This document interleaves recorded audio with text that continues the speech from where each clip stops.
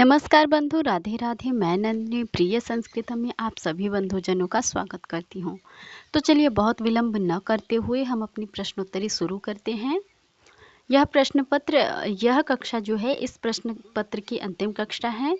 इसके बाद हम अगला प्रश्न पत्र व्याख्या करेंगे।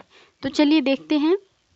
और हाँ, यदि आप चैनल पर नए हैं तो चैनल को सब्सक्राइब कर ले, वीडियो को लाइक कर ले, अच्छे कमेंट करें।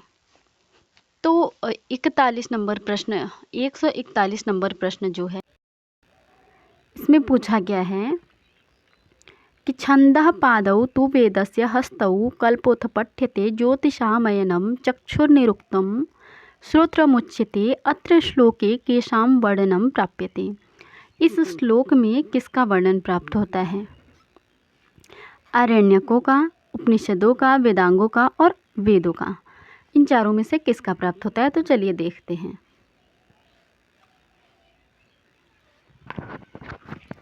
तो पाणिनीय शिक्षा में इन जो है ये श्लोक एक आता है कि छंदः पादौ तु वेदस्य हस्तो कल्पोऽथ पठ्यते ज्योतिषामयनं चक्षुर्निरुक्तं श्रोत्रमुच्यते शिक्षाग्रहणं तु वेदस्य मुखं व्याकरणं स्मृतं तस्मात् सांगमधीत्यैव ब्रह्मलोके महीयते। तो वेदांग के विषय में ऐसी चर्चा आती है। तो वेदांग आपके वेद के अंग जो हैं वो वेदांग कहे जाते हैं। वो कौन कितने हैं? तो 6 हैं। कौन कौन से?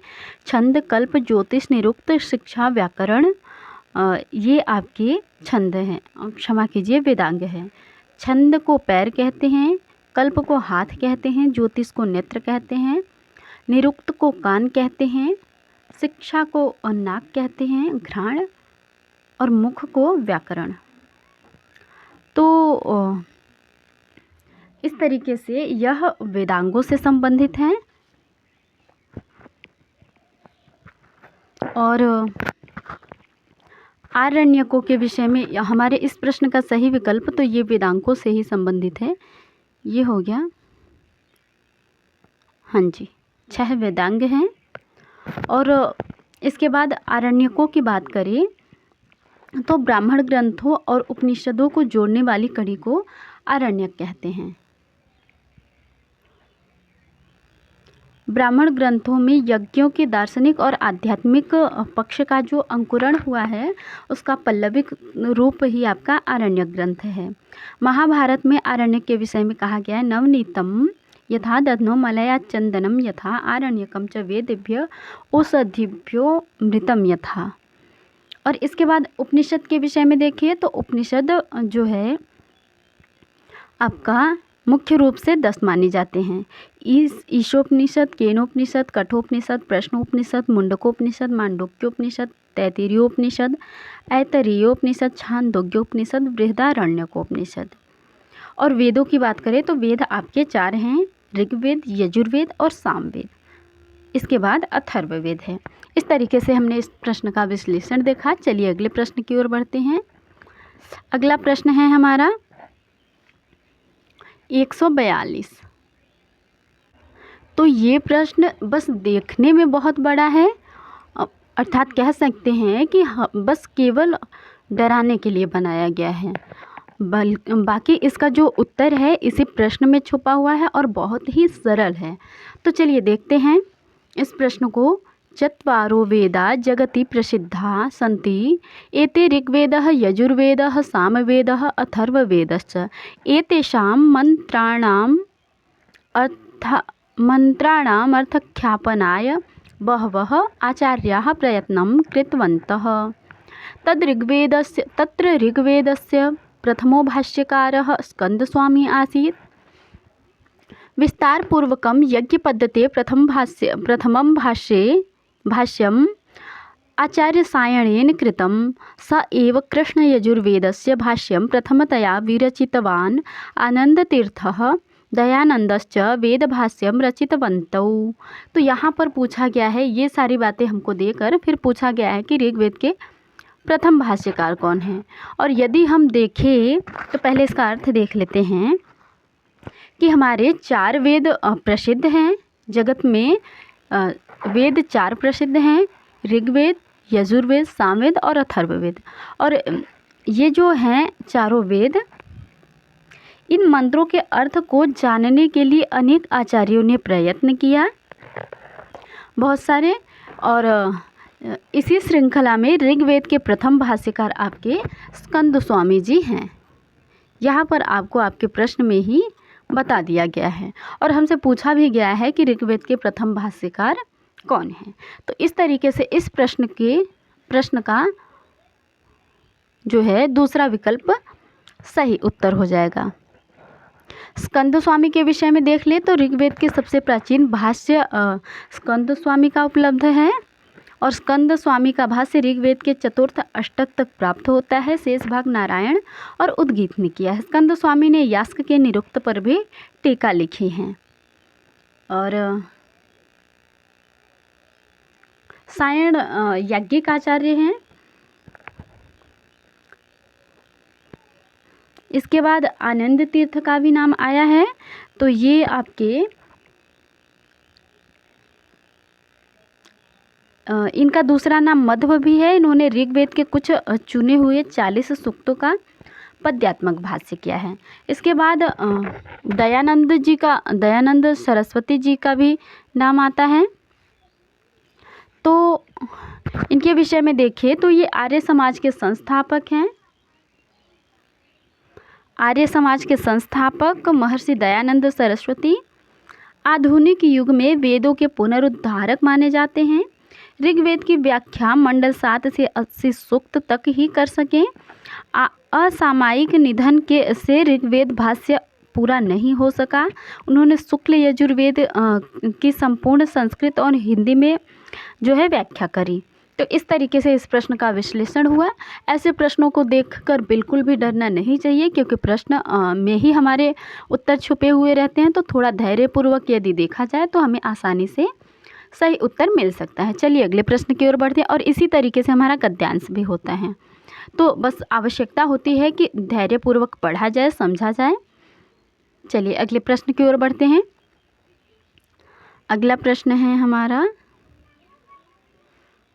143। इसमें भी हमारा जो है प्रश्न में ही हमारा उत्तर छुपा हुआ है। तो चलिए देखते हैं इस प्रश्न को। तो सबसे पहले इस प्रश्न का प्रसंग हम आपको बता देते हैं कि यह प्रश्न हमारा न्याय दर्शन से संबंधित है। न्याय दर्शन जो है गौतम प्रणीत न्याय सूत्र तर्क भाषा केशव मिश्र की है। उसमें 3 कारणों की चर्चा करी गई है: समवायी कारण, असमवायी कारण और निमित्त कारण। कारण 3 ही होते हैं दर्शन में। तो इस तरीके से यहाँ पर ये जो पंक्तियाँ दी हुई है ये या तो समवायी कारण के विषय में है, या असमवायी कारण के विषय में है, या निमित्त कारण के विषय में है। संयोग तो है नहीं। तो चलिए देखते हैं ये समवायी कारण। सबसे पहले हम समवायी कारण को देख लेते हैं, तत्पश्चात असमवायी कारण और निमित्त कारण को देखेंगे। तो समवायी कारण के विषय में कहते हैं, अच्छा पहले हम ये पढ़ लेते हैं पंक्तियाँ क्या दी हुई हैं। यत् समवायी कारणम प्रत्यासन्नम अवधृत सामर्थ्यम तद असमवायी कारणम यथा तंतु संयोगः पटस्य असमवायी कारणम तंतु संयोगस्य गुणस्य पट समवायी कारणेषु तंतुषु गुणेषु संवेतत्वेन समवायी कारणे प्रत्यासन्नत्वाद् अन्यथा सिद्ध नियत पूर्वभावित्वेन पटम प्रति कारणत्वच्च इति सिद्धांतानुसारेण संयुक्त संयोग पटस्य कीदृशम कारणम। तो इसमें हमें कि कौन सा कारण है यह बताना है। तो चलिए इसी को देख लेते हैं सबसे पहले कि इसमें क्या कहा गया है पंक्तियों में। तो कहते हैं कि तंतु संयोग पट का असमवायी कारण है। क्यों? क्योंकि तंतु संयोग गुण है, वह पट के समवायी कारण तंतु नामक गुणों में समय संबंध से रहता है। अतः पट के समवायी कारण में प्रत्यासन्न है और यह अन्यथा सिद्ध पूर्वभावी होने से पट के प्रति कारण भी है। इसी प्रकार तंतु रूप पट के रूप का असमवायी कारण है। तो यहाँ पर हमारा जो इसका सही विकल्प हो जाएगा असमवायी कारण, अर्थात तंतु का संयोग पट का असमवायी कारण है, क्योंकि ये दोनों अविनश्यत अवस्था में रहते हैं। यदि विनश्यत अवस्था में रहेंगे तो जैसे तंतु का भी विनाश नहीं होता और वह पट के रूप में भी रहता है, तो इस तरीके से तंतु का संयोग जो है पट का असमवायी कारण है। और समवायी कारण के विषय में देख लें तो यत् संवेतं कार्यमुत्पद्यते तत्समवायी कारणम् अतः तंतुरेव समवायी कारणम पटस्य न तुर्यादि। जिसमें संवेद होकर कार्य उत्पन्न होता है वह समवायी कारण है, इसीलिए तंतु ही पट के समवायी कारण है, तुर्य आदि नहीं। तंतु जो है पट का समवायी कारण है और तंतु का संयोग जो है पट का असमवायी कारण है।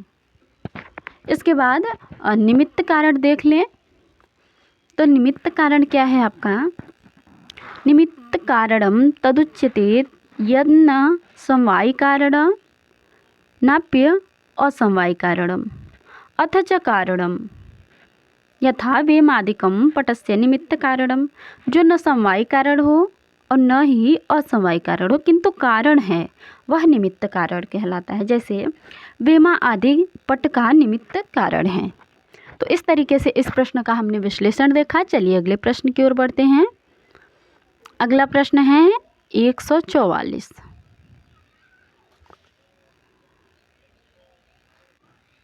तो यह प्रश्न भी हमारा तर्क भाषा से और तर्क भाषा के न्याय दर्शन में, और वो भी कारण से ही है। पिछले प्रश्न में हमारा समवायी का असमवायी कारण पूछा गया था और इस प्रश्न में समवायी कारण पूछा गया है। तो सबसे पहले हम देख लेते हैं पंक्ति क्या है कि ननु संबंध इव तुर्यादि संबंधोपि पटस्य विद्यते तत्कथं तंतुषु एव पटः संवेतो जायते न तुर्यादिषु सत्यं द्विविधः संबंधः संयोग समवायश्चेति तत्र युतसिद्धयो संबंधः समवायः अन्योस्तु संयोग एव। तो यहाँ पर कह रहे हैं कि संबंध दो प्रकार का होता है। कौन कौन से? संयोग संबंध और समवाय संबंध। तो यहाँ पर हमें इससे संबंधित दो उचित उत्तर चुनना है।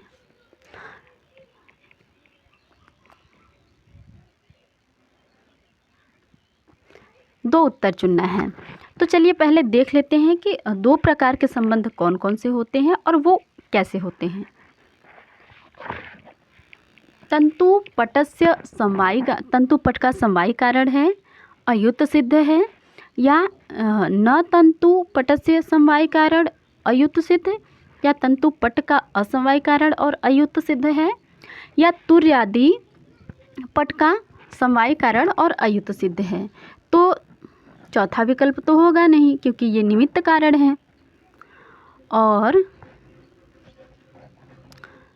तंतु का संयोग जो है पट का असमवायी कारण होता है, तो इसलिए ये भी गलत है। तंतु पट का समवायी कारण होता है और तंतु का संयोग पट का असमवायी कारण होता है। और न तंतु पटस्य, तो ये तो कोई विकल्प ही नहीं होता।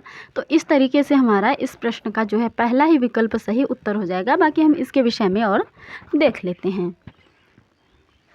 तो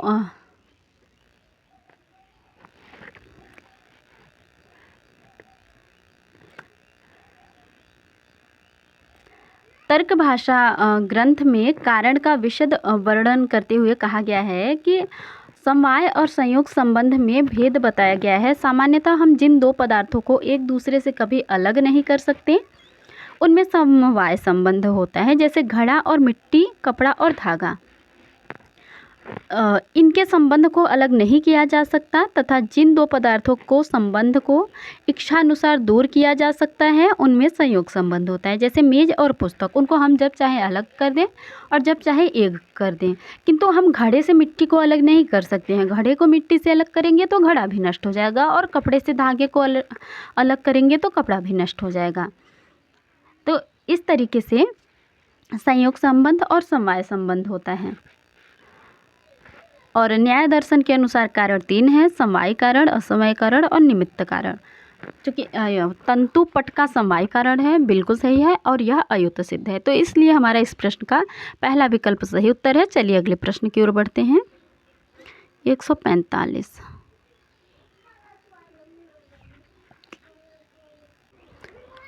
तो इस प्रश्न में पूछा गया है कि आत्मा बुद्ध्या समेत्यर्थान मनोयुङ्क्ते विवक्षया मनः कायाग्निमाहन्ति सप्रेरयति मारुतम् उपर्युक्तेन श्लोकेन उपदिश्यते। इस श्लोक में क्या उपदेश किया गया है?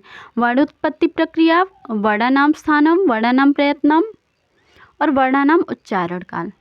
तो देखते हैं, यह श्लोक जो है हमारा पाणिनीय शिक्षा से है। पाणिनीय शिक्षा में 60 श्लोक हैं। इसमें वर्णोत्पत्ति प्रक्रिया का इस श्लोक के द्वारा वर्णन किया गया है। सबसे पहले कहते हैं त्रिषष्ठिः चतुष्षष्टिर्वा वर्णाः शंभु मते मताः प्रकृते संस्कृते चापि स्वयं प्रोक्ताः स्वयंभुवा। प्राकृत और संस्कृत भाषा में शंभु के मत में 63 या 64 वर्ण कहे गए हैं। स्वयं ब्रह्मा के द्वारा भी यही कहा गया है। फिर इस श्लोक को कहते हैं कि आत्मा बुद्ध्या समर्थ्यान मनोयुङ्क्ते विवक्षया मनः कायाग्निमाहन्ति सप्रेरयति मारुतम्। आत्मा बुद्धि के द्वारा पदार्थों को संकलित कर बोलने की इच्छा से या उच्चारण करने की इच्छा से मन को प्रेरित करता है, और वही मन कायाग्नि मारुत अर्थात प्राणवायु को प्रेरित करता है। तो ये हमारा जो है वर्ण उत्पत्ति प्रक्रिया के अंतर्गत यह श्लोक आया हुआ है पाणिनीय शिक्षा में। तो इस तरीके से हमारा इस प्रश्न का पहला विकल्प सही उत्तर हो जाएगा। चलिए अगले प्रश्न की ओर बढ़ते हैं। अगला प्रश्न है हमारा ये 146। तो यह आपका जो है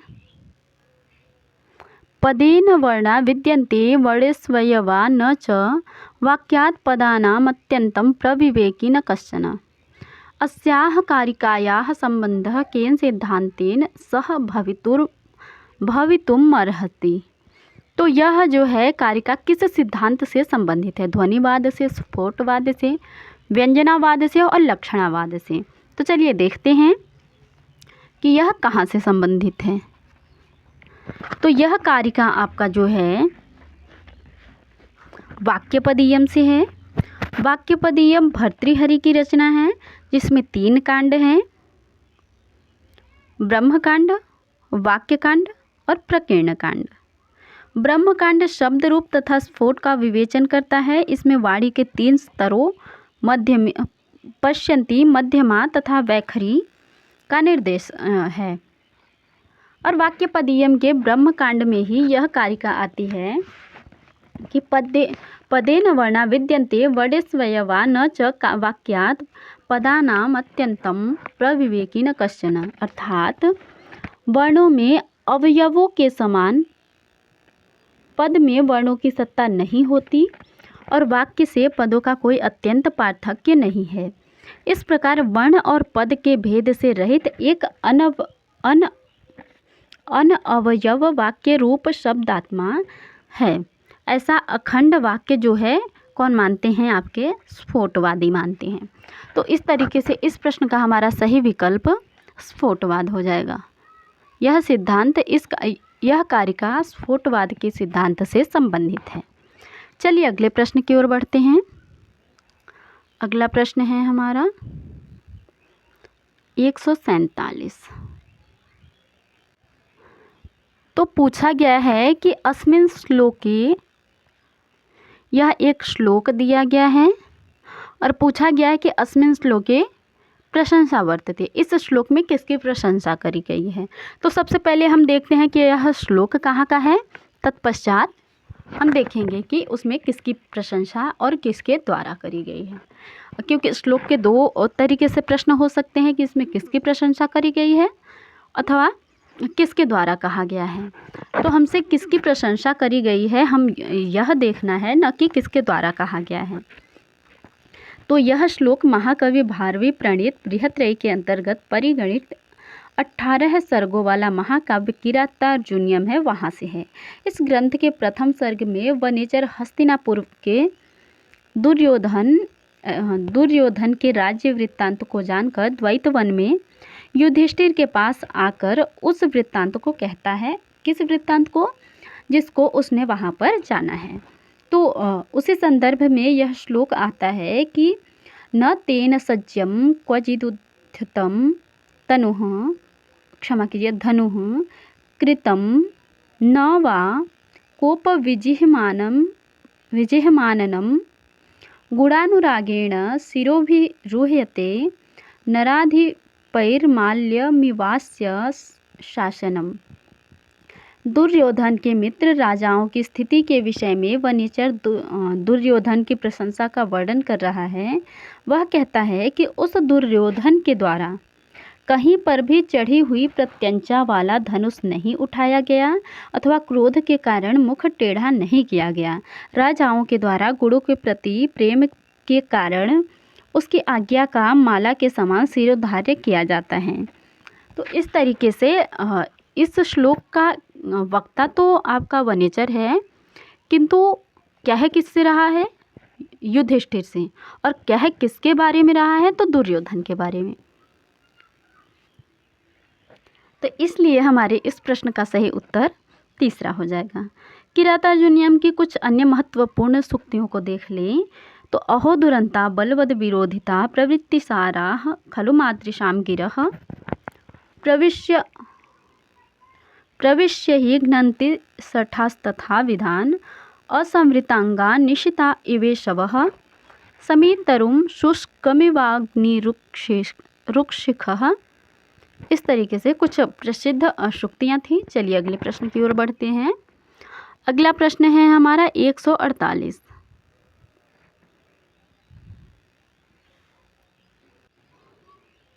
तो यह श्लोक जो है हमारा, यथा हिरण्यम शुचि धातु मध्ये गिरीणाम सरसां समुद्रः तारा सचंद्रस्तपसा तपां च सूर्यः पुत्रस्तथा ते द्विपदेषु वर्यः। श्लोके अस्मिन् कस्य पुत्रस्य वर्णनमस्ति। इस श्लोक में किसके पुत्र का वर्णन है? दशरथ के पुत्र का, दुष्यंत के पुत्र का, दुर्योधन के पुत्र का अथवा शुद्धोधन।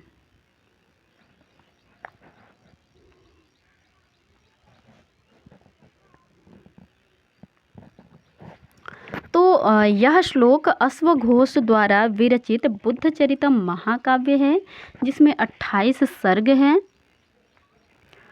और प्रथम सर्ग भगवत प्रसूति नामक सर्ग है।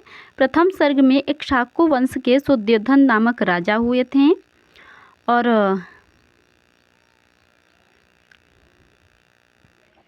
इक्ष्वाकु वंश रूपी समुद्र में उत्पन्न प्रजाओं के लिए चंद्रमा के सदृश प्रेम का आकर संपूर्ण गुणों का निधान शुद्धोधन नामक राजा साक्यों में हुआ। उसके बाद कहा जाता है कि महेंद्र पर्वत के सदृश उस राजा की कल्याणमय रत्नों से सार वाली पृथ्वी के समान गौरवशालिनी शील एवं कांति के अधिदेवता के तुल्य माया नाम की रानी थी। अब ये जो शुद्धोधन राजा हैं और माया नाम की रानी है, इनका पुत्र होता है, उसके विषय में चर्चा आती है कि यथा हिरण्यम शुचि धातुर्मध्ये मेरुर्गिरीणां सरसा समुद्रः तारासु चंद्रः तपतां च सूर्यः पुत्रः तथा ते द्विपदेषु वर्यः। जिस प्रकार धातुओं में शुद्ध स्वर्ण, पर्वतों में सुमेरु, जलाशयों में समुद्र, ताराओं में चंद्रमा तथा तपाने वालों में सूर्य श्रेष्ठ है, उसी प्रकार मनुष्यों में आपका पुत्र श्रेष्ठ है। आपका किसका? शुद्धोधन और मायावती जी का, माया का, उनकी जो रानी है। तो इस तरीके से शुद्धोधन के पुत्र की चर्चा है। इस तरीके से इस प्रश्न का चौथा विकल्प सही उत्तर है। चलिए अगले प्रश्न की ओर बढ़ते हैं और यह इस प्रश्न पत्र का अंतिम प्रश्न है। नहीं, अभी तो ये 85 है ना, लेकिन अलग अलग प्रश्न क्यों है? नहीं, एक ही तो है। अंतिम नहीं है, अभी हमने 48 देखा होगा। हाँ, अब ये 49 नंबर प्रश्न, इसके बाद 50। हाँ, अभी 2 प्रश्न बचे हुए हैं।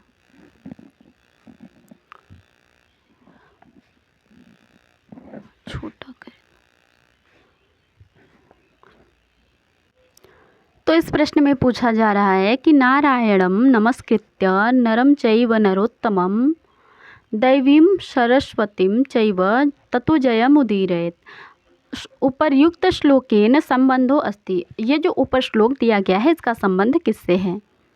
वाल्मीकि रामायण से, महाभारत से, जय पुराण से, भारत विजय से। तो चलिए देखते हैं कि महाभारत के मंगल श्लोक में नारायण, नर और सरस्वती को नमस्कार करके जय नामक ग्रंथ के पाठ का स्पष्ट निर्देश दिया गया है। नारायणम नमस्कृत्य नरम चैव नरोत्तमम देवीं सरस्वतीं व्यासं ततो जयमुदीरयेत्। वर्तमान महाभारत के आदि पर्व में 65वें अध्याय में जय की सामग्री का आरंभ हुआ था, जिसमें क्षत्रियों की उत्पत्ति का वर्णन है। तो इस तरीके से यह श्लोक जो है हमारा महाभारत से संबंधित है। उस समय जय काव्य जो महाभारत को जब कहा गया तो उसमें 8800 श्लोक थे। जब जय, फिर भारत, फिर महाभारत 3 खंडों में हुआ है ना, तो भारत में 24,000 और उसके बाद महाभारत में, तो भारत के विषय में भी मिलता है कि अष्टौ श्लोक सहस्राणि अष्टौ श्लोक शतानि च अहम वेद्मि सुको वेति संशयो वेति नवान वा। और इसके बाद यह तो आपका हो गया जय काव्य के विषय में। अब भारत के विषय में कहते हैं, द्वितीय अवस्था में जय का विस्तार भारत के रूप में हुआ, जिसमें 24,000 श्लोक हो गए। और तब कहते हैं कि चतुर्विंशति शास्त्री चक्रे भारत संहिताम उपाख्यानैर्विना तावद भारतम प्रोक्ष्यते बुधैः।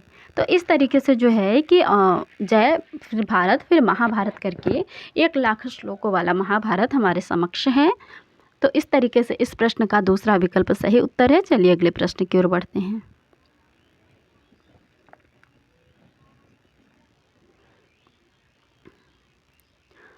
इस प्रश्न का इस कक्षा का अंतिम प्रश्न।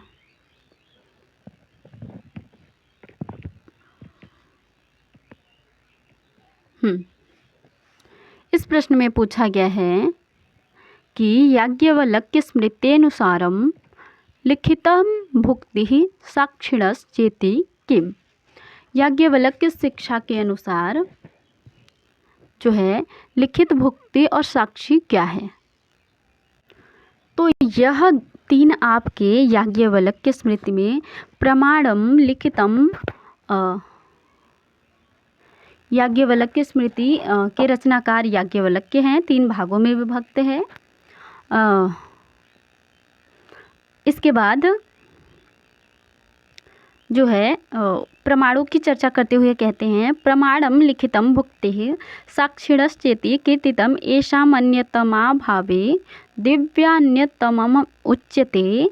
अर्थात किसी वाद के लिखित, भुक्ति और साक्षी, ये 3 प्रमाण हैं। इनमें से किसी के न होने पर दिव्य प्रमाणों में से कोई एक होता है। तो इस तरीके से यह तीनों आपके क्या हैं? प्रमाण हैं। हमने बहुत ही विस्तृत तरीके से जो है प्रश्नों को देखा और व्याख्या किया। उम्मीद करती हूँ आप लोगों को बहुत पसंद आई होगी। तो इस प्रश्न पत्र का तो समापन हुआ। मिलते हैं अगले प्रश्न पत्र के साथ। तो यदि आप लोगों को पसंद आए तो वीडियो को लाइक करें, चैनल को सब्सक्राइब करें ताकि आगे भी वीडियोस मिलती रहे। चलिए कक्षा समाप्त करते हैं। धन्यवाद।